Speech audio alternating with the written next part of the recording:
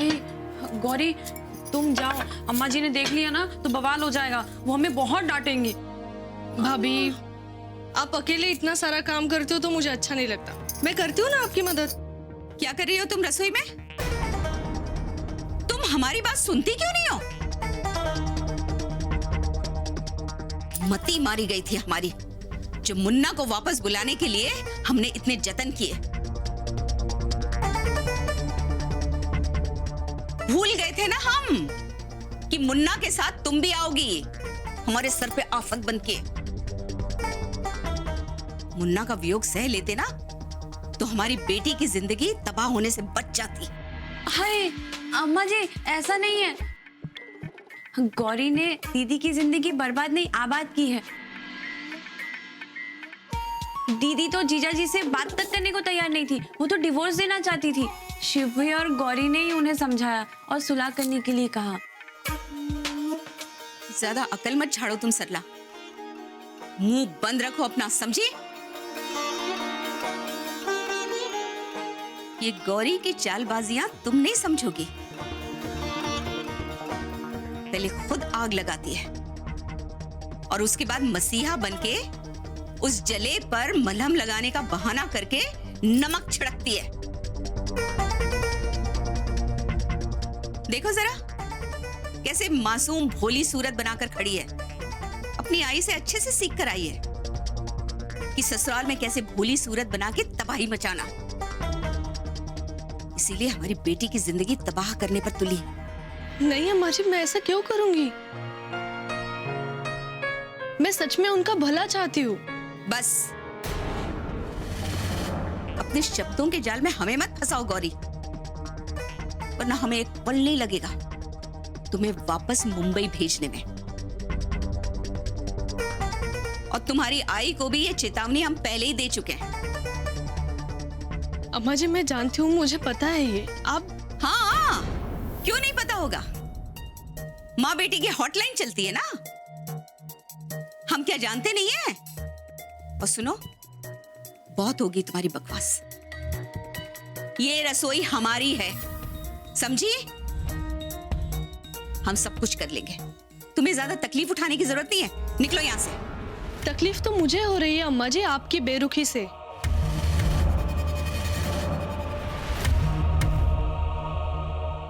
और आपकी हर बात का जवाब भी है मेरे पास, लेकिन मैं कुछ नहीं कहूंगी क्योंकि मेरी आई ने कहा था कि अब आप मेरी आई हो तो मैं आपकी हर बात मानूंगी।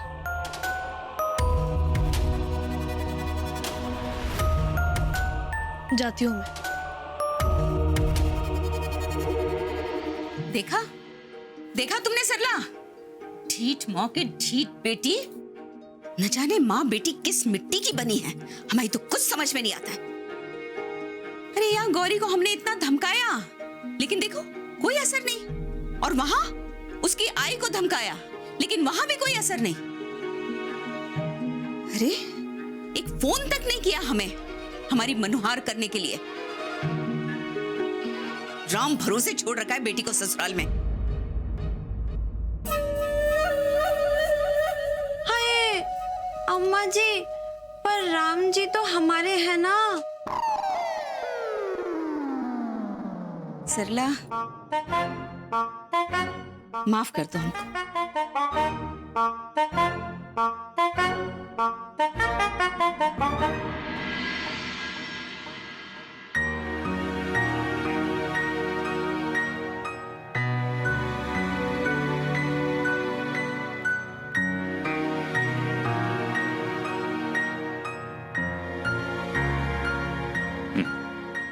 ठीक है,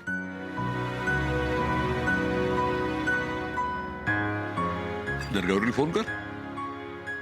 हाँ तिच्यासाठी अस्वस्थ आहेस ना, मग बोल।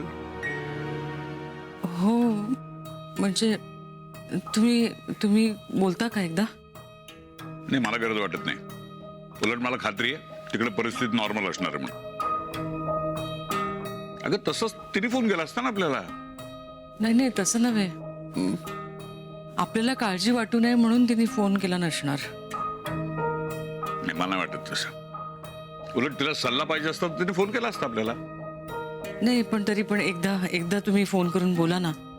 म्हणजे काय आहे तिथली परिस्थिती नेमकी काय ते आपल्याला कळेल आणि तिला समजावता येईल. मुलीच्या संसारात ढवळाढवळ करायची नाही असं ठरलं ना आपलं. अहो एक फोन करणं म्हणजे काय ढवळाढवळ आहे का?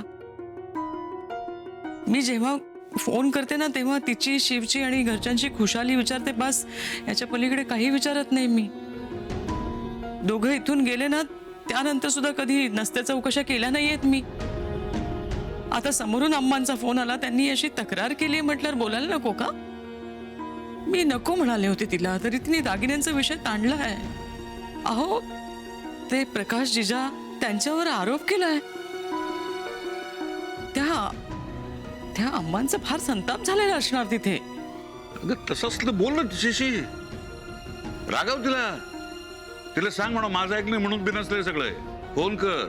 हो असं फोन उचलून रागवायचं कसं? काही माहिती नाही ना तिथे काय नक्की झालंय ते.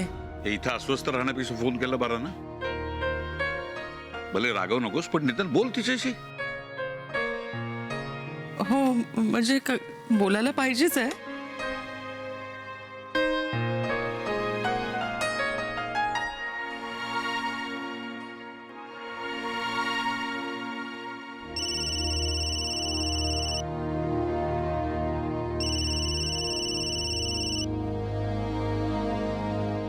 हॅलो गौरी.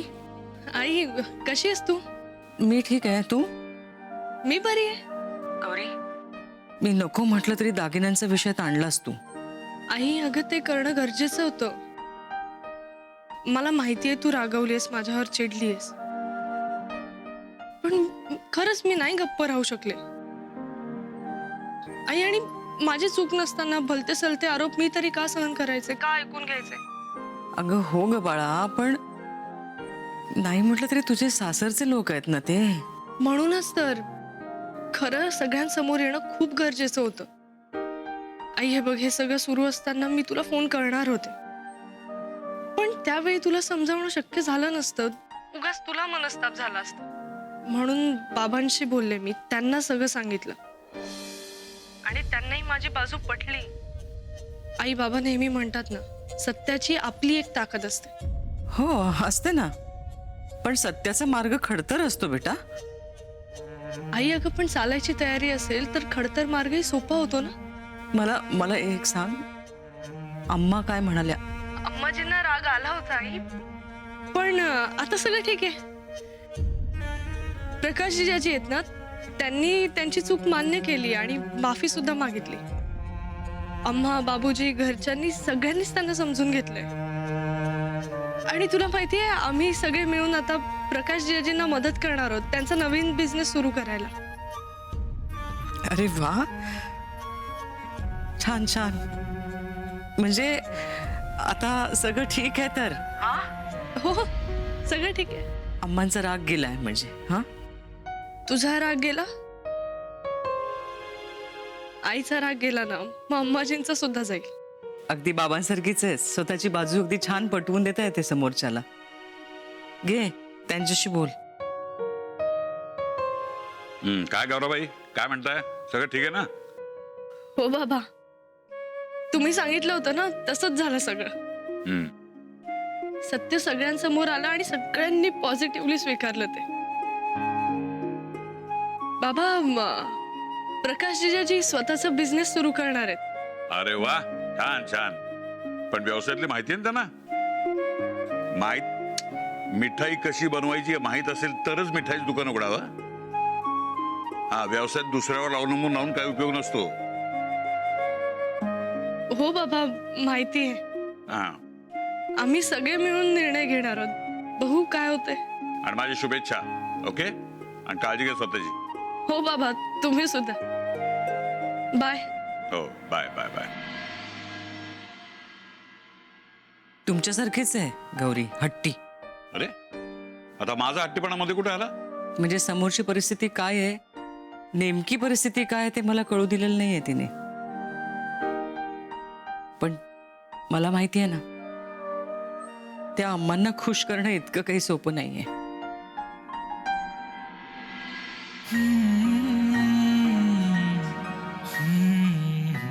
सॉरी आई, मी तुझ्याशी खोटं बोलले. गौरी जी सब ऊपर आपकी राह देख रहे हैं. क्या हुआ? नाही काय नाही सर, चल. चलिए.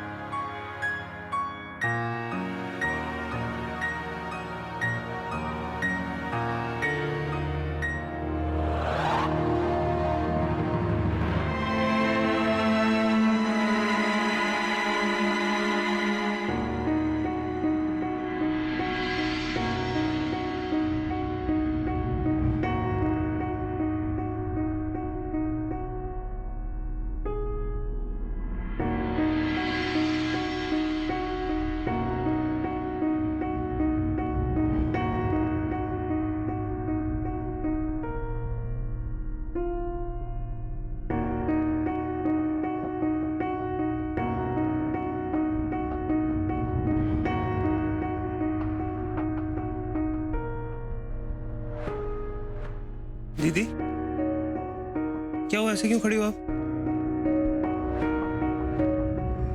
देखो दीदी, आप ऐसे करोगे तो हम कैसे काम करेंगे साथ में, बताइए.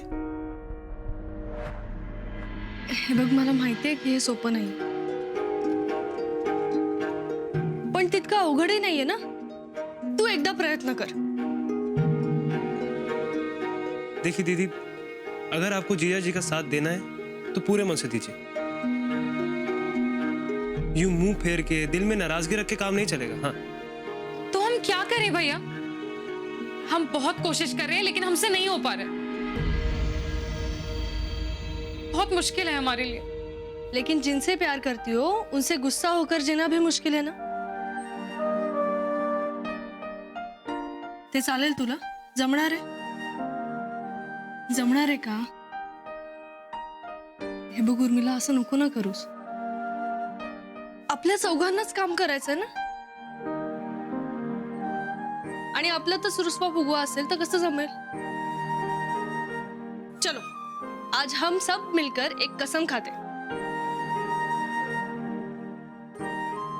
कि सारी पुरानी बातें भूलकर एक टीम की तरह मिलकर काम करेंगे. बढ़ाओ हाथ.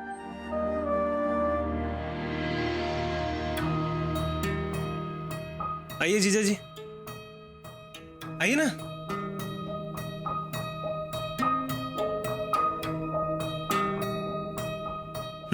जीजा जी हाथ पकड़िए, हम साथ देना चाहते हैं आपका.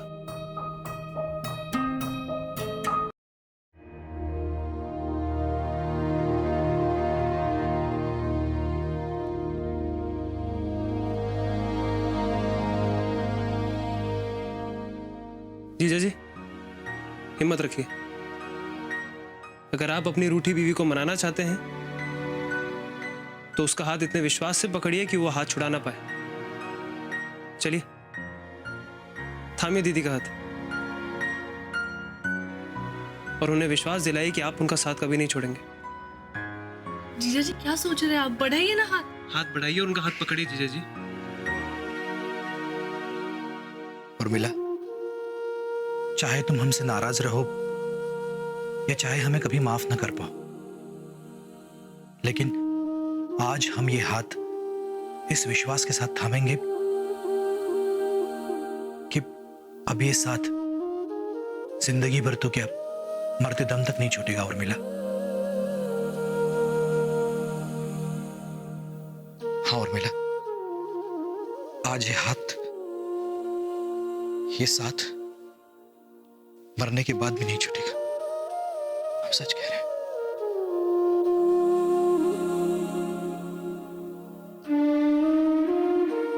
क्या बात है जीजा जी, आपने तो दिल खुश कर दिया हमारा. अब देखना आप, हम आपके और दीदी की खुशी के लिए कोई कसर नहीं छोड़ेंगे. जीजी, अब हम साथ साथ हैं. गाना गाए. हम साथ साथ हैं. देखा कितनी फिल्मी है.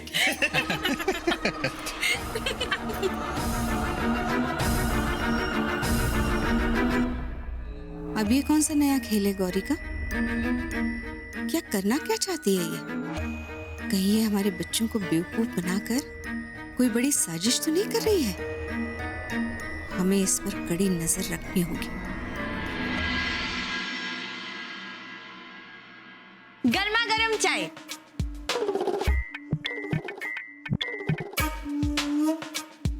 अरे इतनी बड़ी गुड न्यूज है और अब आप है कि हिसाब में सर घुसाए बैठे हैं। Good news? कौन सी गुड न्यूज? यहाँ हमारा लगातार नुकसान हो रहा है, पिछले साल के मुकाबले मुनाफा घट रहा है और तुम खर्चा बढ़ाने की बात कर रही हो। अरे हम उस गुड न्यूज की बात नहीं कर रहे। हम क्या माता कुंती है जो मंत्र बोला, आपकी उपासना की और गुड न्यूज सुना दिया? हम गुड न्यूज की बात कर रहे हैं।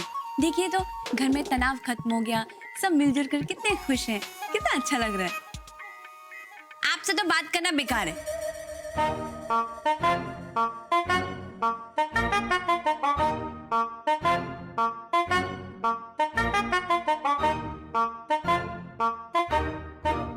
हे भगवान, आपने हमें बचा लिया, वरना इस सरला ने तो हमें डराया। चलिए चलिए गर्मा गर्म चाय पी लीजिए सब लोग। बिल्कुल सही समय पर चाय लाई है भाभी आप। मन की मुराद पूरी कर दी आपने, थैंक यू। अरे वाह, आप लोग सब मिलके इतना बड़ा बिजनेस सेट कर रहे हैं, तो क्या हम आपके लिए इतना नहीं कर सकते, है ना? और वैसे भी हम तो यही करते हैं, हमें थोड़ी याददाश्त की प्रॉब्लम है ना, इसलिए। क्या कह रही है भाभी आप? ये आप जो भी करती है बहुत बड़ी बात है। मतलब आप सब संभालती है, इसलिए तो हम आराम से काम कर रहे हैं। बिल्कुल सही। अच्छा है, ऐसे तारीफ करते रहा करो, अच्छा लगता है हमें। वैसे हम चलते हैं, हाँ हमें बहुत काम है। चलिए चलिए, बहुत ब्रेक हो गया। अब कुछ ऐसा सोचो, मतलब जिसमें इन्वेस्टमेंट कम से कम हो और मुनाफा ज्यादा से ज्यादा। तेच तर कळत नाहीये ना। म्हणजे बघ, बाबा नेहमी म्हणतात की जे काम आपल्याला येतं ना तेच करावं, म्हणून मला ना जरा जास्त विचार करावा लागतो। जीजा जी, आपको क्या क्या काम आता है? कुछ नहीं, घर में लाइट चली जाए तो फ्यूज भी हम ठीक करते हैं।